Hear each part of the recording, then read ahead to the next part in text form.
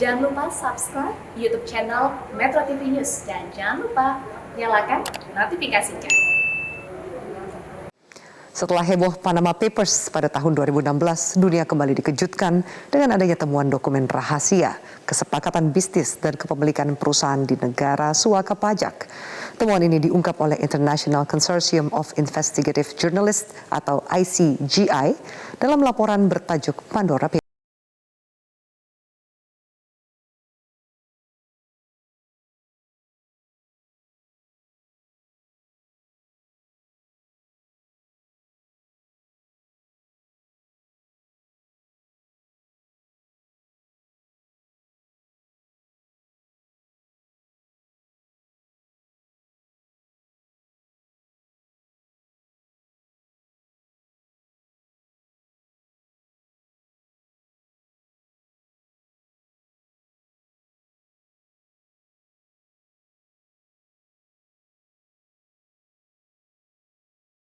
Andre Balbis, Presiden Kenya Uhuru Kenyatta, Presiden Ekuador Guillermo Lasso, rekan dari Perdana Menteri Pakistan Imran Khan, dan juga Presiden Rusia Vladimir Putin.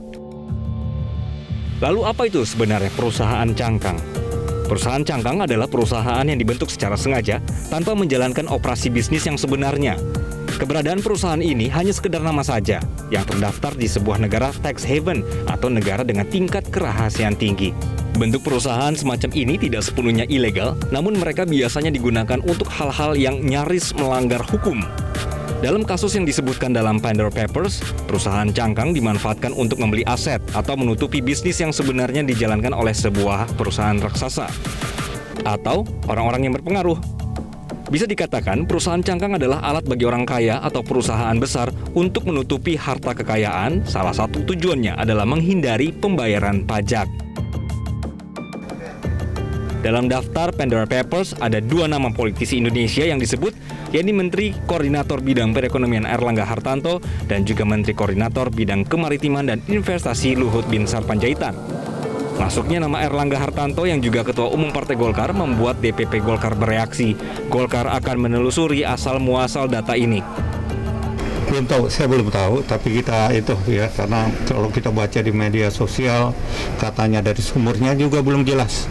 Tapi memang ada satu media cetak secara nasional sudah menyampaikan itu, tapi kita coba telusuri dari mana itu ya, kita belum tahu ya.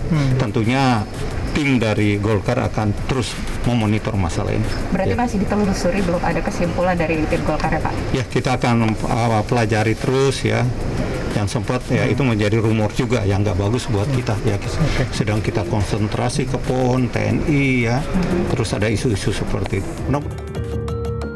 Sementara itu, pihak Luhut melalui keterangan tertulis juru bicara Menteri Koordinator Bidang Maritim dan Investasi Jody Mahardi mengakui Luhut pernah menjadi Direktur Utama Petro Capital SA pada 2007 dan sudah mengundurkan diri pada 2010.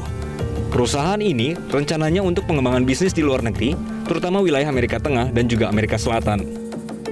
Sebelum heboh Pandora Papers, juga pernah heboh Panama Papers pada 2016. Saat itu data juga dirilis ICGI yang memperoleh data yang bocor dari firma hukum yang berpusat di Panama, Mossack Fonseca. Dalam data Panama Papers, nama Luhut Panjaitan juga disebut. Kala itu, Luhut masih menjabat sebagai Menteri Koordinator Bidang Perekonomian. Selain Luhut, ada nama Sandiaga Uno juga tercatat dalam Panama Papers. Sandi diberitakan memiliki 3 perusahaan offshore di British Virgin Island. Selain itu juga ada nama pengusaha minyak Muhammad Riza Khalid dan juga pengusaha properti Joko S. Chandra.